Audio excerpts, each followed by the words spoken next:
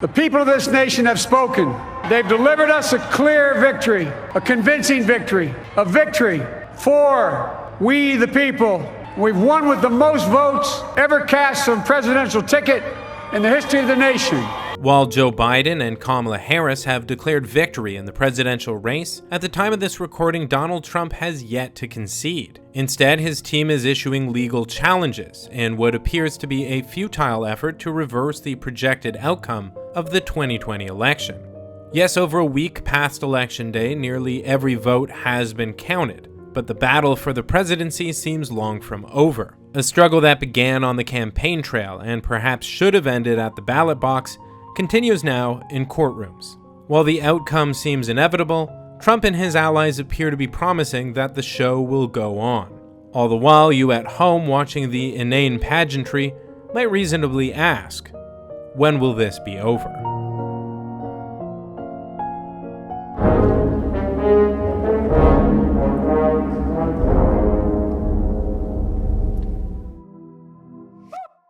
On election night, President Donald Trump prematurely declared victory, while critical races were still far too close to call. Joe Biden stopped short of doing the same. His declaration of victory would only come after the media had unanimously projected that the Democratic ticket had won. The result of this election is not a left-right thing. Fox News has the same basic map as every other major outlet reporting on the election results. Just one state remains uncalled. Georgia, where Biden leads, is prepping for a likely recount. Recounts rarely change election results. Research by the AP found that of the 31 statewide recounts conducted since the year 2000, only 3 changed the outcome of the election. The initial margins of those races were 137 votes, 215 votes, and 261 votes. Biden's current lead in Georgia is over 14,000 votes. But even if a recount in Georgia did the improbable and overturned the current state of affairs, Biden would still need to lose another 21 electoral college votes to lose the presidential race. Even if 200,000 Democratic ballots in Michigan were thrown out, enough to overturn that race, it would still not be enough. Even if the outcome in Pennsylvania were somehow reversed, that alone would not be enough. To reverse the outcome of this race, Trump would have to win the recount in Georgia and then do the same in at least 2 other battleground states. While the president refuses to concede and instead continues to press legal challenges that are unlikely to succeed, make no mistake, Trump lost re-election. The idea that he can somehow change a fairly decisive outcome is just wish thinking. What I believe we're seeing now is the least frightening version of the so-called worst-case scenario I talked about in my Red Mirage video. I, and many others, warned that Trump may appear to be winning on election night, but that in the coming days Biden's lead would emerge and strengthen. This is a result of many states counting election day votes first and mail ballots later. I warned that it would look like Trump was winning on election night before all ballots were counted, and indeed it did. I warned that Trump would take the opportunity to declare victory on election night, and he did. I warned that when Biden's lead began to emerge, Trump would label it as voter fraud, and he has. And I warned that his team would push legal challenges in order to either reverse the outcome of the election or prevent a clear winner from emerging. He does appear to be attempting to do that, but the attempts are little short of self-parody. If you count the legal votes, I easily win. If you count the illegal votes, they can try to steal the election from us. Laughter is a deterrent to pain. To believe that the outcome of this election can be reversed, you have to believe first in a mass voter fraud conspiracy carried out by the people who run elections all the way down to regular old vote counters. Second, you have to believe that the plotters decided to steal the presidency while allowing the Senate to remain in Republican hands, probably, and the House to lose Democratic seats. Third, you have to believe that these deep state crooks will be exposed by shaky footage of what could be anything. And fourth, that this unimpeachable evidence will somehow lead to the conspirators being caught and convicted, all in time for the states to not certify the current results and instead find a way to separate the bad Biden votes from the good Trump votes and magically re-elect the big brain Superman billionaire president who has, like you, been victimized by the powerful elites.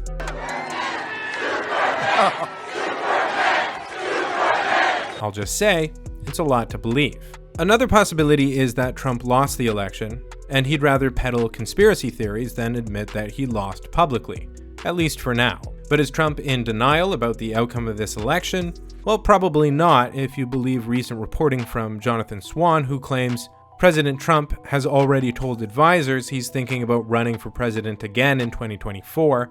Two sources familiar with the conversations tell Axios. Trump's refusal to concede will, of course, not change the outcome of the election, but that doesn't mean it's without consequences. Emily Murphy, the Trump-appointed head of the General Services Administration, has refused to release to the Biden transition team the federal funds reserved to ensure a smooth transition of power. Max Stier, the Director of Partnership for Public Service, claims that a delayed transition can be dangerous for national security.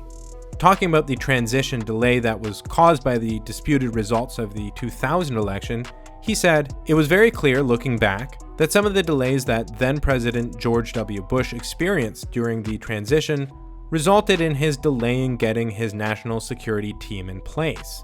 And that hurt us." That's a finding from the 9/11 Commission report. What's at stake really is our security, our safety.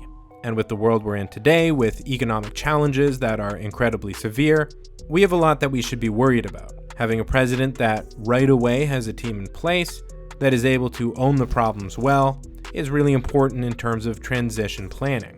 Trump's continued refusal to concede also helps to extend the suffering of the often overlooked victims of the Red Mirage, everyday Trump supporters. These folks now have to contend not only with the fact that their candidate lost, and the prolonged pain of that information soaking in gradually, and the troubling thought that their guy lost through illegitimate meddling in the electoral process. And mind you, these people have by and large long felt alienated from the levers of power pulled by coastal elites, long forgotten by their government, betrayed by big business, and maligned by the culture. The work of uniting the country now has become a difficult, if not Sisyphean, task. Joe Biden's presidential campaign has long embraced subtly conflicting tones with regards to this problem. He's spoken about uniting the country and echoed Obama's famous words about not seeing red states and blue states, but he's also long said that his campaign has been about waging a battle for the soul of the nation, and opened his campaign with references to Charlottesville. Although far more eloquently put, Biden's message here is not far from Hillary Clinton's most infamous classification of Trump supporters, that half of them are deplorables. Joe Biden's victory speech had a number of things that bothered me. For one thing, there were repeated religious references. The Bible tells us to everything there is a season, a time to build, a time to reap and a time to sow, and a time to heal. This is the time to heal in America. Hopefully this hymn gives you solace as well. And it goes like this. And he will raise you up on eagle's wings, bear you on the breath of dawn, and make you to shine like the sun, and hold you in the palm of his hand. I'm sorry, but I don't find comfort in your hymns. This is a secular country. Secularism is not only a founding principle of the country essentially founded state secularism in practice. I personally would prefer it if neither political party poisoned both government and religion by intermixing the two. Unfortunately, we seem to now have a state of affairs where neither party seems serious about the separation of church and state. Biden also made it quite clear that he was very interested in compromise, perhaps more than he was in enacting the Democratic platform. Folks, I'm a proud Democrat, but I will govern as an American president. I pledge to be a president who seeks not to divide, but unify, who doesn't see red states and blue states, only sees the United States. It's time to put away the harsh rhetoric, lower the temperature, see each other again, listen to each other again. The refusal of Democrats and Republicans to cooperate with one another, it's not some mysterious force beyond our control. It's a decision, a choice we make. And if we can decide not to cooperate, then we can decide to cooperate. And I believe that this is part of the mandate given to us from the American people. They want us to cooperate in their interest. And that's the choice I'll make. And I'll call on Congress, Democrats and Republicans alike, to make that choice with me. I know conservatives might like the idea of a Democratic president wanting to compromise, but I think even most of you might not like what Democrats and Republicans find occasion to agree upon. Biden also, of course, spouted some of the cheap patriotic nonsense that American presidents have long been expected to declare. It's always been a bad bet to bet against America. We're good people. This is the United States of America, and there's never been anything we've been not able to do when we've done it together.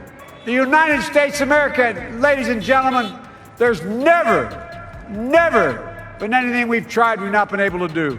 Sure, we can do anything we set our minds to, as long as we don't set our minds to universal health care, or race relations, or immigration, or the military-industrial complex, or campaign finance reform, or the Fourth Industrial Revolution, or certainly the idea of an economic bill of rights. Aside from that, America can do anything. In effect, all of my complaints about Biden's speech are about disparate approaches he seems to be taking to try and solve the problem of how to heal a wounded nation. He does seem fairly convinced that he is up to that task. And to make progress, we have to stop treating our opponents as our enemies. They are not our enemies. They are Americans. They're Americans. I must say, I don't know if he's up to it. I hope he is, but I suspect he isn't. I want to believe, but the truth is out there. Far more inspiring and empathetic than the entirety of Biden's victory speech, I thought were the words of a comedian who has deeply offended folks on both sides of the political spectrum. Dave Chappelle, at the close of his opening monologue on SNL, said the following: "I would implore everybody who's celebrating today to remember, it's good to be a humble winner. Remember when I was here 4 years ago? Remember how bad that felt? Remember that half the country right now still feels that way. Please remember. Remember that for the first time in the history of America, the life expectancy of white people is dropping. All these white people out there that feel that anguish, that pain, they're mad because they think nobody cares. Maybe they don't. Let me tell you something.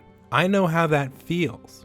I promise you, I know how that feels. If you're a police officer and every time you put on your uniform, you feel like you got a target on your back. You're appalled by the ingratitude that people have when you would risk your life to save them. Oh man, believe me, I know how that feels. Everyone knows how that feels. But here's the difference between me and you. You guys hate each other for that, and I don't hate anybody. I just hate that feeling. That's what I fight through. That's what I suggest you fight through. You gotta find a way to live your life. You gotta find a way to forgive each other. You gotta find a way to find joy in your existence in spite of that feeling. The Trump era is coming to an end, or perhaps just a pause. It's still a long way out from January 20th, 2021. Plenty of time too for the rest of America to feel a little nervous about the transition and the remaining time on Trump's tenure in the Oval. But on that day, we will have a new president. We will have thrown out an angry, senile old man who struggles to form complete sentences and replaced him with a tired, senile old man who struggles to form complete sentences. It's a goodbye to a president who seemed to intentionally sow seeds of division, and a welcoming for a president who will almost inevitably sow seeds of division by accident. It's an end to Trump's antiquated policies, and a return to the very types of policies that brought him about in the first place. So long to a billionaire who pretended to care about ordinary people. Hello, middle-class Joe. Joe from Scranton, man of the people, who, according to Forbes, earned a modest $15 million in 2017 alone. So yeah, you'll have to forgive me for asking, when will this be over? Nowadays, nothing really is ice. Only one of me and nobody's like me. Phone ringing and I tell him it's ice. I got wifey on bling and she freeze. Photo, please, no photos. No, G's, no, please, no photos. Hit the door and the dome and just whole team here might need some. Still young, but I move like a new deal.